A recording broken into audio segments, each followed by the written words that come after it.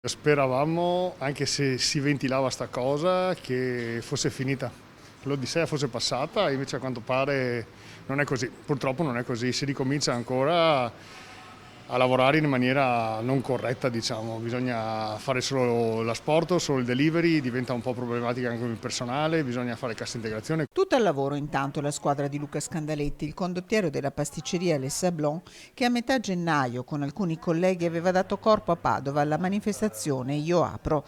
La produzione deve essere completata, ma da mercoledì parte dei dipendenti entreranno in cassa integrazione. Inevitabile. Speriamo bastino veramente 15 giorni, perché sennò diventa un problema e vedremo come sempre giorno dopo giorno, perché effettivamente speriamo che il caldo ci dia una mano, che insomma faccia passare questa epidemia e che soprattutto arrivino questi vaccini. Non si capisce bene quanto si sia incasinata la vita e ci siamo incasinati la vita, per cui si sperava fosse tutto positivo, invece ci ritroviamo sulla stessa problematica. La fiducia c'è, parte del DNA di ogni imprenditore. Resta l'amarezza perché dopo le faticose chiusure di Natale si sperava di essere usciti dall'incubo. A spizzichi e bocconi non è positivo, ma quantomeno adesso lo sappiamo 2 giorni prima quando chiuderemo.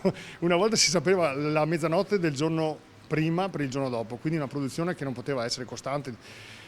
Adesso dirti, speriamo, incrociamo le dita veramente che siamo arrivati alla fine, anche se tutti quanti ne parlano ancora nera, speriamo che insomma questa cosa si concluda, perché sennò si parla addirittura di fare un rosso e non si capisce più niente. Più di questo cosa vuoi che facciamo? Cioè, anche le aziende hanno bisogno di andare avanti.